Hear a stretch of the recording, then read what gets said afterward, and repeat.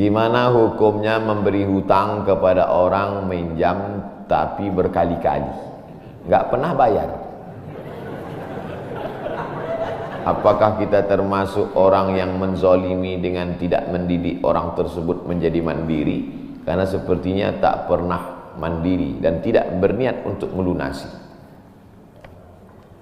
Ayat yang paling panjang dalam Al-Quran, surat Al-Baqarah 282, satu lembar. Bukan tentang puasa, bukan tentang sholat, bukan tentang baca Quran, bukan tentang zikir, tapi ayat yang paling panjang tentang bayar hutang. Sholatnya banyak, puasanya banyak, zikirnya banyak, baca Qurannya khatam, tapi kalau bayar utang tak dibayar, di akhirat kau akan cari dia. Oleh sebab itu ada orang mati syahid. Oh, mati syahid. Orang mati syahid enggak merasakan sakratul maut. Orang mati syahid enggak merasakan azab kubur. Orang mati syahid tidak merasakan hisab. Orang mati syahid langsung masuk surga. Ilat dain, kecuali hutang. Makanya kalau ada orang menagih hutang, itu dia bukan pelit, dia sedang menyelamatkan saudaranya dari makan haram. Makanya datang ke rumah dia. Habis pengajian nih langsung datang. Assalamualaikum, waalaikumsalam. Kau mau menagih ya? Aku bukan mau menagih, tapi menyelamatkanmu, anak cucumu, istrimu, tetanggamu dari makan haram. Ya ayyuhalladzina amanu, hai orang-orang yang beriman, hai orang yang percaya bahwa setelah mati dia akan hidup lagi menghadap Allah. Idza tadayantum bidainin, kalau kau menjalin transaksi hutang piutang, ila ajalim musamma, sampai ke batas waktu tertentu, faktubuh, tulis, saya pinjam kepada kamu 500.000, akan saya bayar pada bulan Mei. Tahunnya jelas. Banyak juga bulan Mei, maybe yes, maybe no. Bulan berapa? Bulan Mei tahun 2020. Oke. Sekarang bulan Maret. April 1 Mei 2020 datang tagih. Kapan kau bayar?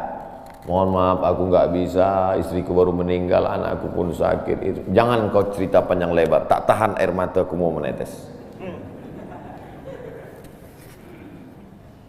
Kalau dia dalam kesulitan, fanaziratun ila maisarah, tunggu sampai dia lapang. Maisarah artinya lapang. Tunggu sampai dia lapang. Setelah dia lapang, datang lagi bulan Juni. Kapan kau bayar? Aku belum bisa. Nampaknya lebih banyak ongkos minyak aku daripada uang yang kutagih. Yang paling bagus, wa antasaddaqu khairul lakum, kau sedekahkan itu lebih baik. Karena aku pun makin datang makin kumat darah tinggiku, kolesterolku pun makin naik. Jadi untuk yang 500.000 itu ku sedekahkan aja, ambil.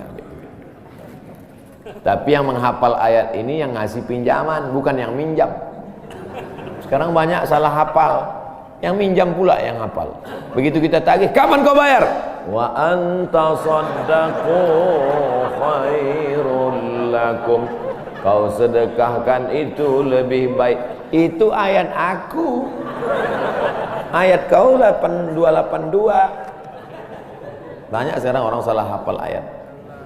Jadi dalam Islam hutang piutang adalah ajaran tolong menolong, tertulis dalam Quran.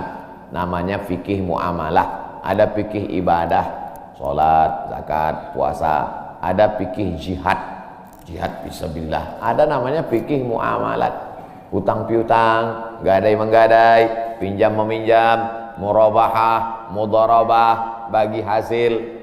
Maka hutang piutang ini cara tolong menolong. Jangan sampai dihilangkan. Tapi kalau tidak mendidik, maka Islam bukan agama yang memanjakan orang. Ada anak yang kurang ajar kepada orang tuanya. Bagaimana caranya berbakti kepada orang tua yang telah wafat? Apakah anak ini masih dapat ampunan Allah Subhanahu wa taala? Datanglah seorang bapak mengadu kepada Umar bin Khattab. Assalamualaikum Khalifah Amirul Mukminin Umar bin Khattab. Waalaikumsalam. Ini anak saya kurang ajar, tolong dihajar dulu. Kata Umar bin Khattab orangnya bijaksana. Dia tidak mau main pukul, dia tanya dulu, kenapa kau kurang ajar pada bapakmu? Hai Umar bin Khattab, kata anaknya, ya. Apakah seorang anak itu punya hak terhadap bapaknya? Ya. Apa hak anak? Mencarikan ibunya yang solihah, memberikan nama yang baik, memberikan makanan yang halal. Itu hak anak. Kata anaknya, ibuku tidak baik, makanku tidak halal, namaku pun tak baik. Apa kata Nabi kepada bapaknya? Apa kata Umar kepada bapaknya? Laqad aqaqtahu qabla an ya'aqqa alaik.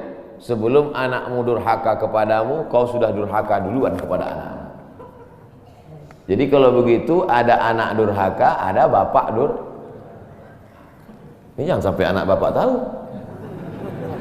Nanti dia pulang, anak durhaka kok. Dia senyum, kau bapak durhaka.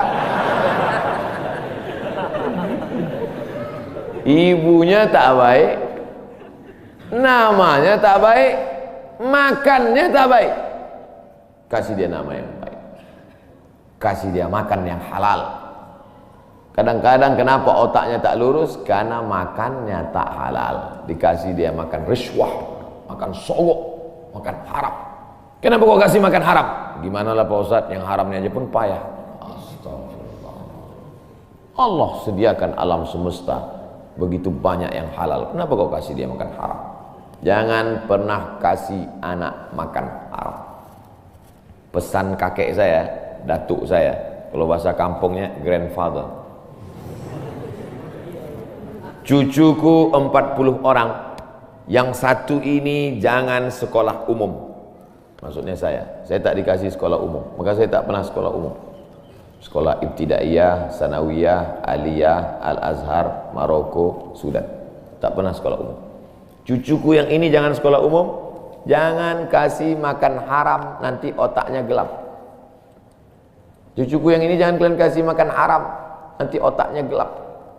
Pesan itu disampaikan almarhumah mak saya ke saya.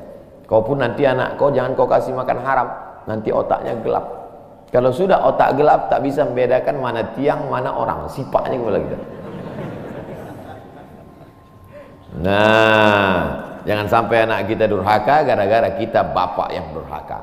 Kalau anak sudah durhaka, meninggal orang tuanya, setelah itu dia bertobat, bagaimana cara minta ampunnya? Maka dia bersedekah. Mana dalilnya? Seorang sahabat datang menjumpai Nabi. Ummi matat, ibu saya sudah meninggal. Apa atasaddaqu anha? Kalau saya bersedekah, apakah pahalanya sampai kepada almarhumah ibu saya? Kata Nabi, tasaddaq, bersedekahlah, sedekahmu sampai. Maka wahai anak-anak durhaka yang sudah mati ibu dan bapakmu, maka datang kau habis pengajian ini langsung ke tempat anak yatim, panti jompo, sekolah-sekolah, pondok pesantren. Tanya Pak Kiai, Pak Kiai, apa yang kurang di pesantren ini? WC. Karena pesantren santrinya 1000, WC-nya 2. Bayangkan panjang antriannya. Berapa yang keluar dalam celana? Saya bangunkan WC, pahalanya mengalir untuk almarhumah. Maka pagi, petang, siang, malam mengalir pahalanya. Sedekah. Ayu sedekatu afdal? Apa sedekah yang paling afdal? Saqiyul ma', memberi air minum. Sedekah yang paling afdal, kasih air minum. Saya ceramah di Banjarmasin, di depan rumah seorang pejabat. Itu ada kulkas, tapi nggak sampai beku, freezer. Setiap dipencet keluar air dingin.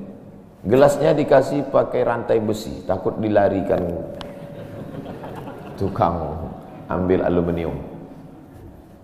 Buat wakaf untuk almarhumah. Nah, itu bagus kan. Saya ceramah di Malaysia, di pintu masjid itu ada kotak box. Kalau kita ambil satu botol, keluar botol baru. Ambil satu botol, keluar botol baru. Wakaf untuk, itu bagus, sedekah. Jangan sedekah teh botol, nanti dia kena diabetes. Air putih, ini bagus, mengalir. Sedekah sumur bor, pergi ke masjid, putar keran nggak ada air, tanya pengurus masjid, Pak pengurus, ya mana sumur bor? Nggak ada, saya buatkan. Langsung bunyi. Itu berarti cash itu.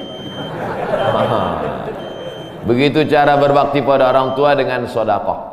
Tapi Pak Ustadz, saya jangankan sedekah, makan saya pun Senin Kamis Pak Ustadz doa, Allahumma fir lahu warhamhu wa'afihi wa'fu anhu. Bangun tengah malam, Rabbi firli wali walidayya warhamhuma kama rabbayani shaghira. Apa itu bid'ah? Bid'ah membuat sesuatu yang tidak dibuat oleh Nabi Muhammad SAW. Tidak ada dalilnya dari 3 aspek: qauli, fi'li, taqriri. Perbuatan yang tidak ada dalilnya bid'ah. Jangan dikatakan perbuatan yang tidak dibuat Nabi bid'ah.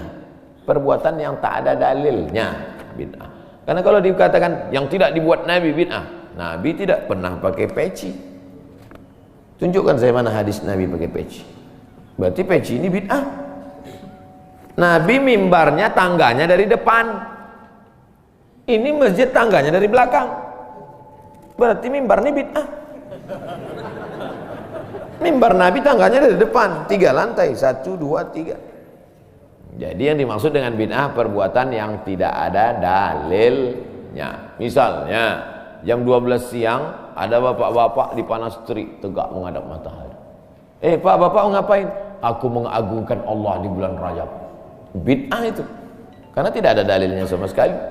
Tapi selama ada dalilnya, tidak boleh kita katakan orang itu melakukan perbuatan bid'ah. Malam Jumat baca Yasin. Kumpul 10 orang baca Yasin. Yasin wal Qur'anil Hakim innaka laminal mursalin. Bid'ah. Loh. Coba lihat dalilnya. Yang dibacanya itu Quran apa Quran? Quran. Baca Quran apa pahala? Yasin itu Quran atau enggak Quran? Quran. Man qara'a Yasin fi lailatin, siapa yang baca Yasin suatu malam, asbaha maghfuran lah. Subuhnya sudah diampuni dosanya. Mestinya baca Quran itu semua, tapi karena dia enggak sanggup semua, dia pilih hati Quran. Hati Quran itu Yasin. Sentuhlah dia tepat di hatinya, dia akan jadi milikmu untuk selamanya. Makanya orang sebelum ngapal Quran semua, yang dihafal hatinya dulu.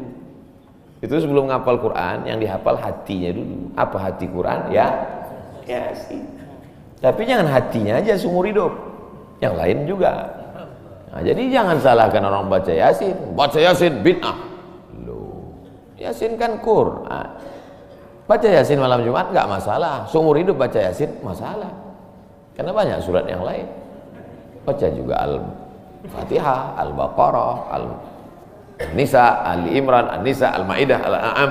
Nah, jadi mudah. Perbuatan tidak ada dalilnya bid'ah. Selama ada dalilnya tidak bid'ah. Ustadz, kiat-kiat apa yang kami lakukan sebagai guru kepada anak didik kami sebelum dan sesudah mengajar agar ilmu mudah dimengerti? SDIT Al-Farabi. Aristoteles, Socrates, Thales, Demokritos itu adalah pemikir-pemikir dari Greek, Yunani kuno. Pada masa abad kedua datang seorang khalifah bernama Abu Ja'far Al-Mansur. Semua buku-buku dari Yunani diterjemahkan. Nama lembaganya Dar Al-Hikmah, Dar Rumah Hikmah Ilmu Pengetahuan. Dibuatlah Dar Al-Hikmah, Rumah Ilmu Pengetahuan. Diterjemahkanlah dari bahasa Yunani ke dalam bahasa Arab. Akhirnya orang Islam pun jadi dokter, Avicenna. Karena orang barat payah menyebut Ibnu Sina. Averroes, Ibnu Rushd. Tapi ada seorang yang bergelar the second teacher. First teacher Aristoteles, second teacher Al-Farabi. Ternyata Al-Farabi ini bukan dari Arab, tapi dari Pomalaa. SDIT Al-Farabi. Ini supaya wali murid tahu. Anak ibu di mana? SDIT Al-Farabi. Al-Farabi itu artinya apa? Ya SDIT. Al-Farabi itu di barat dia diberi gelar the second teacher. Guru pertama Aristoteles, guru kedua adalah Al-Farabi, saking cerdasnya. Artinya apa? Dia tidak hanya diakui dalam Islam tapi juga di luar Islam. Kenapa dikasih nama Al-Farabi? Karena ingin anak-anak kita dalam kepalanya tidak hanya fisika, biologi, kimia, matematika, bahasa Inggris, tapi juga dalam kepalanya ada Quran, hadis, fikih, akidah, akhlak, dan bahasa Arab. Sehingga nanti dia akan menjadi ekonom, tapi ekonom yang beriman. Dia akan menjadi filosof yang bertakwa. Inilah cita-cita alumni Al-Farabi, insyaallah. Amin ya rabbal alamin. Nah, yang pertama kali menjadi guru itu adalah ikhlas.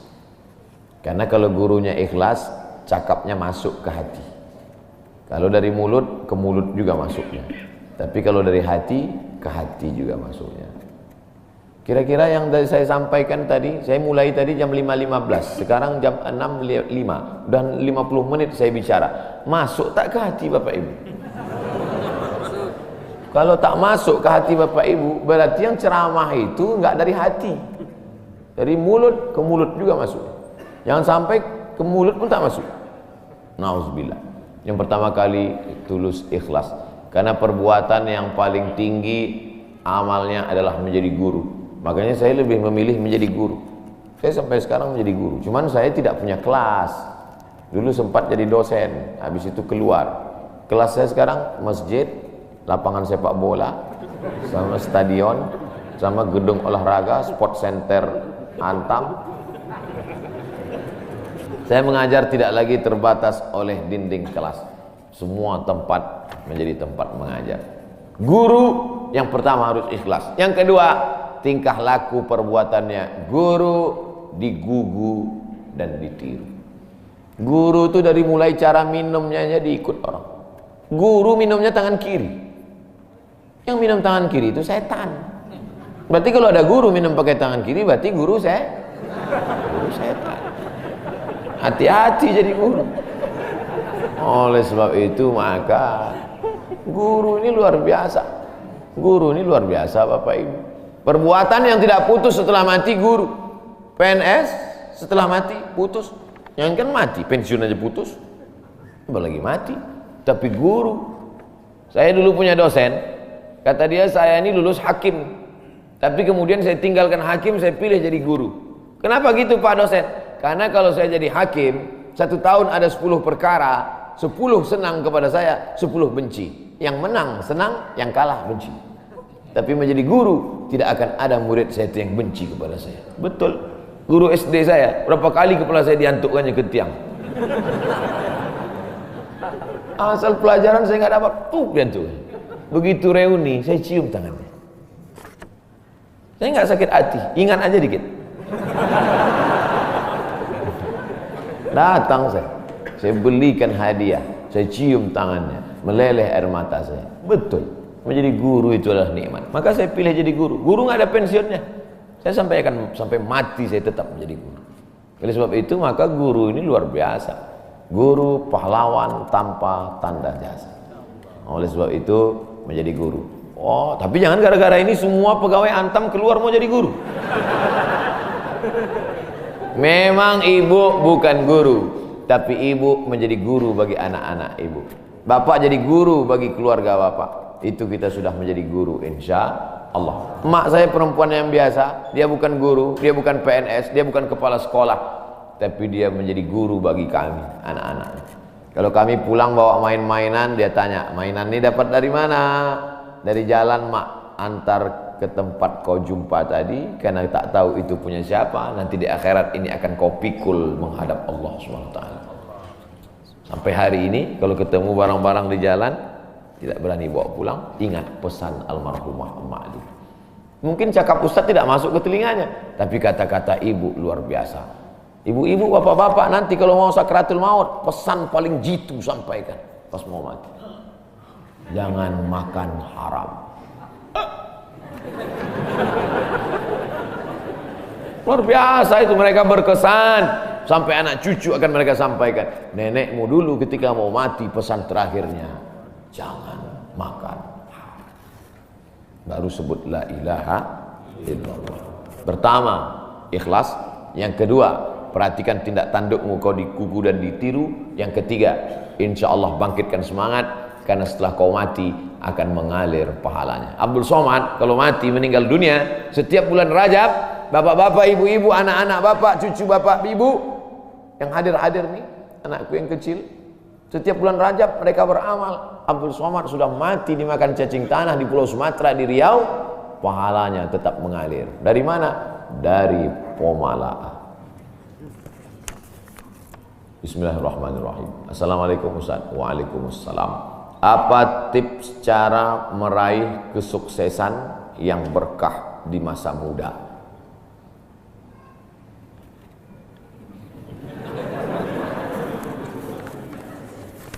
Saya tidak pernah bercita-cita menjadi apapun.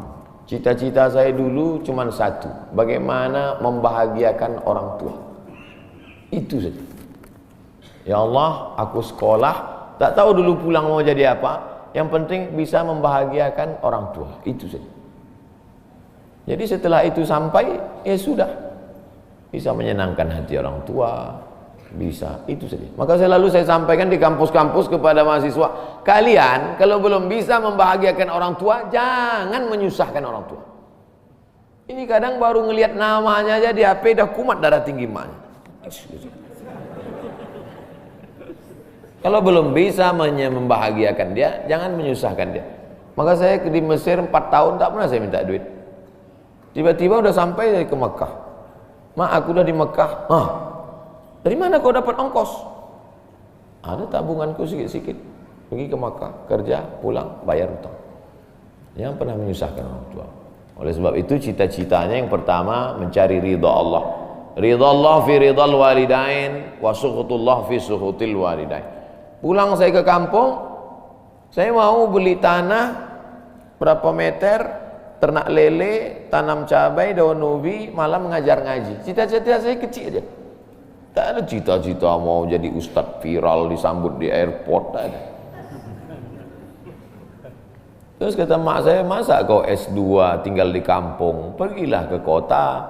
Akhirnya saya menghonor jadi dosen, siang jadi dosen, malam ceramah di masjid, direkam, diupload, khutbah diupload, like and share, akhirnya viral.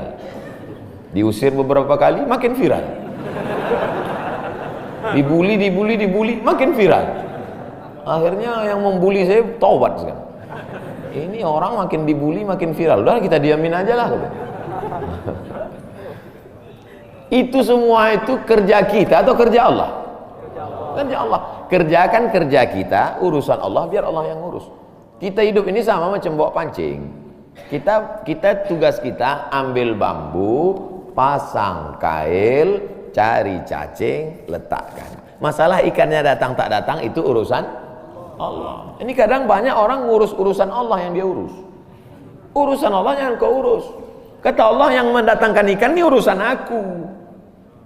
10 pancing pasang, itu urusan kita. Tarik pancing 1, cacingnya hilang. Cari pancing 1, kailnya hilang. Cari pancing 1, talinya hilang. Yang ke-10, bambunya hilang. Marahkah kita? Tidak. Karena urusan kita sudah selesai. Serahkan urusan Allah. Pulang ke rumah, rupanya Allah mau kasih kita bukan ikan mentah, tapi ikan masak. Banyak orang terlalu berpikir hidup ini kau buat saja urusanmu, urusan Allah. Urusanmu berangkat dari rumah kerja, masalah hasilnya urusan Allah. Berapa banyak orang bekerja tapi tak dapat apa-apa. Betul? Kalau sudah rezeki tak kemana. Tapi jangan gara-gara ini lalu bapak enggak kerja. Dibangunkan ibu besok pagi, bang, abang enggak kerja masuk kantor. Urusan Allah. Kalau ada suami ibu seperti itu, ibu jangan marah, biarkan aja. Nanti jam 12 dia bangun, dia lapar, dia tengok, mana makanan? Ibu jawab, urusan Allah.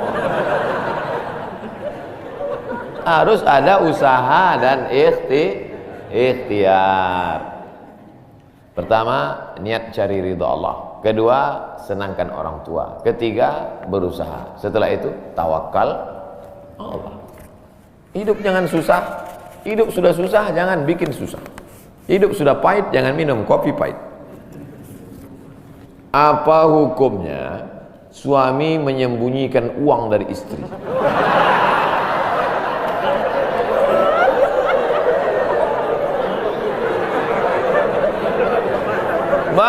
Bang, kata istrinya. Bang, ini duit apa bang? Duit sial. Oh duit sial, udah kusembunyikan kau dapat juga.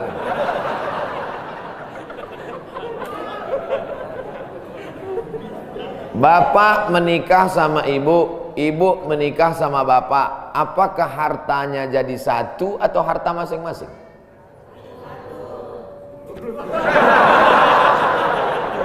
Mereka mau hartanya jadi satu dan bapak ketakutan. Itu yang saya baca. Sekarang kita baca ayatnya.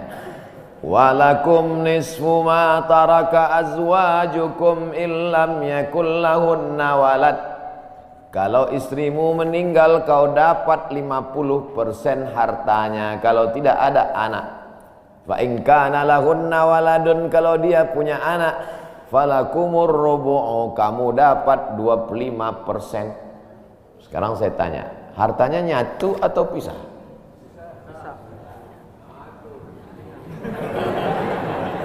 Memang kalau belum sarapan susah nangkap. Saya ulang sekali lagi. Walakum nisfu ma taraka azwajukum. Hai para suami, kamu dapat setengah harta istrimu kalau tidak ada anak. Fa in kana lahunna waladun, kalau ada anak kamu dapat 1/4. Artinya hartanya misal. Harta bapak beda, harta ibu beda. Ibu kerja, punya kebun, punya tanah, punya speedboat, itu harta dia. Bapak punya usaha, harta bapak. Meninggal ibu, 50% untuk bapak. Apa beda harta ibu dengan harta bapak? Di dalam harta bapak ada hak ibu, dalam harta ibu tidak ada hak bapak. Takbir. Saya ulang sekali lagi. Ibu menikah dengan bapak, bapak menikah dengan ibu, ibu bawa harta, bapak bawa harta. Bedanya apa? Dalam harta bapak ada hak ibu, dalam harta ibu tidak ada hak bapak. Kenapa dalam harta bapak ada hak ibu? Karena bapak wajib memberi nafkah.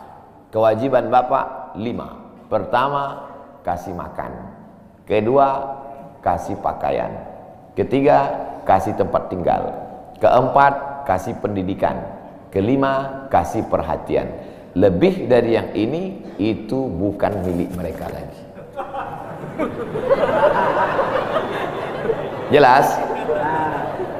Ini ada sekarang suami setelah menikah, pas dilihat surat apa semua, tak ada punya dia. Semua atas nama istrinya. Ini orang kalau meninggal ini tidak kena azab kubur, karena di dunia sudah terlalu azab dengan istrinya. Dari yang saya sampaikan ini jelas tentang pembagian batasan-batasan harta. Jelas? Jelas. Jadi tidak serta-merta setelah menikah, jangan mau anak perempuan kita ditipu laki-laki. Istriku, mana surat mobilmu, mana surat tanahmu, tadi kita sudah akad nikah, semua hartamu, milikku, sorgamu di bawah tapak kakiku. Oh, tidak begitu. Makanya laki-laki harus ngerti, perempuan juga harus paham. Kalau tidak, sedang main bola aja ada aturannya, statuta. Kalau tidak, akan hancur. Tapi insya Allah jelas. Pak Ustadz minta tolong doakan ibu saya, sudah lama sakit. Nanti kita doakan di akhir majelis. Bukan cuma ibu bapak, ibu-ibu semua kita doakan.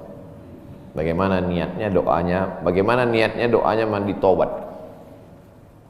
Nawaitu, aku berniat ghuslat taubat, mandi taubat. Saya nggak bisa bahasa Arab Pak Ustadz, bahasa Indonesia, bahasa Makassar, bahasa Jawa, bahasa Batak, bahasa Mandailing, bahasa Aceh. Saya niat mandi taubat karena Allah Ta'ala. Bagaimana cara mandinya Pak Ustadz? Seperti mandi wajib, basah dari ujung rambut sampai ke ujung kaki. Di mana mandinya Pak Ustadz? Di laut bisa. Kolaka ini 30% saja daratan Pak Ustadz, yang 70 adalah lautan. Nah, mandi di laut. Apalagi kalau sampai ke tengah laut, bukan cuma dosanya hilang, orangnya hilang sekali.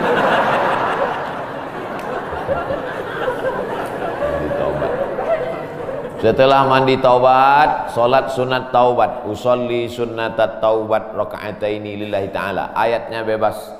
Ayat apa yang paling panjang? Hafal kau amma yatasaalun? Tidak. Wadduha? Tidak. Kulhu? Hafal apa aja kulhu. Di sujud terakhir banyak berdoa. Berapa kali solat sunat taubat sehari? Sebanyak-banyaknya. Kami dulu dipesankan guru kami, pagi solat sunat taubat, siang solat sunat taubat, petang solat sunat taubat, sebanyak-banyaknya solat sunat taubat, solat sunat taubat, solat sunat taubat, solat sunat taubat. Usolli sunnatat taubat raka'atain lillahi ta'ala. Ma min muslimin yudhnibu dzamban, ada orang yang silap salah berbuat dosa, summa yatatahhar, bersuci, berwudu, mandi taubat, summa yusolli raka'ataini, solat sunat 2 rakaat, summa yastaghfirullah, minta ampun kepada Allah, illa ghafarallahu lah, Allah mengampunkan dosa-dosanya. Bulan Rajab banyak-banyak taubat. Bulan Sya'ban tingkatkan ke taubat. Masuk ke dalam bulan Ramadan, insyaallah mendapatkan Lailatul Qadri khairum min alfi syahr. Semoga Ustaz senantiasa diberikan Allah kesehatan. Amin. Saya dari Medan. Ada juga orang kampung saya di sini. Bagaimana cara bakti seorang anak? Cara membahagiakan orang tua berjarak jauh dengan kita. Sedangkan bertemu dekat bersama orang tua mungkin hanya 1 tahun sekali, Idul Fitri saja, karena harus bekerja di PT Antam Tbk Sulawesi Tenggara. Ada sesuatu yang tak bisa kita bayar dengan uang. Tak bisa dibayar dengan uang. Yang bisa merasakan ini orang yang orang tuanya sudah meninggal. Yang masih hidup tak bisa. Lam ya'rif man lam yadhuq. Yang tak pernah merasakannya tak bisa menceritakannya, karena tak bisa dirasakan. Setelah orang tua itu tak ada, barulah kita rasa dunia ini hampa, tak ada guna. Duit itu tak ada gunanya, mobil itu tak ada gunanya, rumah itu tak ada gunanya, apapun tak ada gunanya. Waktu dapat saya gelar doktor dari Sudan, pulang saya ke rumah, tak ada guna, tak bisa lagi diceritakan. Dulu apapun yang dapat diceritakan, mak, aku dapat sorban dari mak, aku dapat peci. Setelah pulang dari Brunei, dapat gelar visiting profesor di Universitas Islam Sultan Syarif Ali. Tak ada gunanya, hampa. Paling-paling ditulis di baleho aja, profesor, doktor. Untuk menunjukkan bahwa kita bukan ustadz kaleng-kaleng.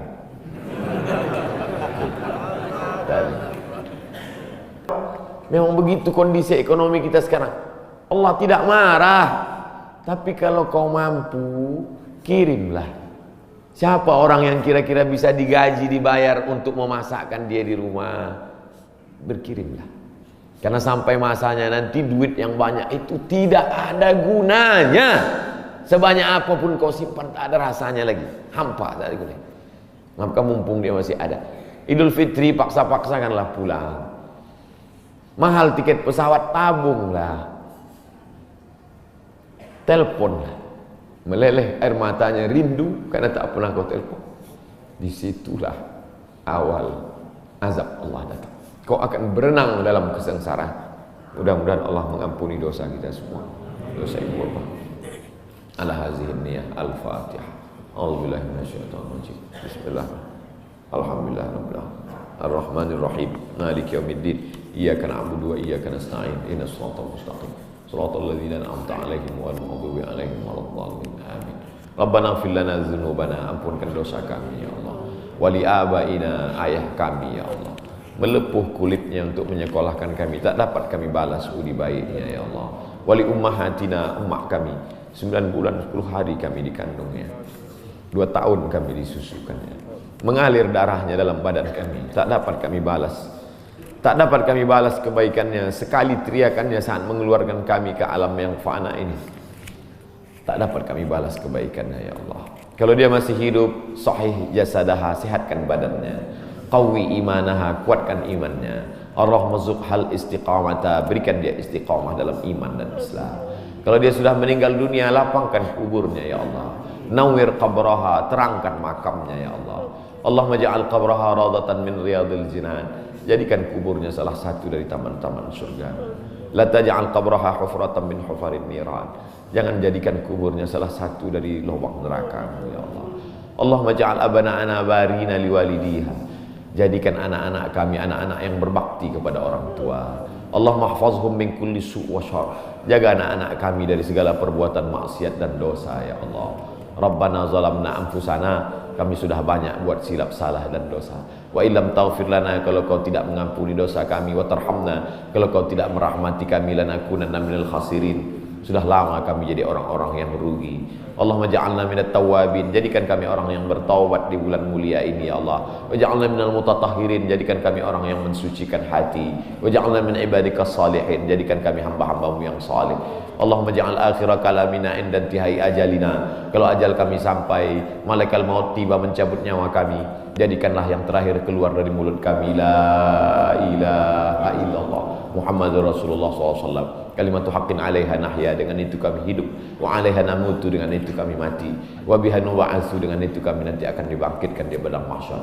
Rabbana atina fid dunya hasanah wa fil akhirati hasanah wa qina adzabannar. Wa sallallahu ala sayyidina wa maulana Muhammad wa ala alihi wa sahbihi wa sallam. Walhamdulillahi rabbil alamin. Taqabbalallahu minkum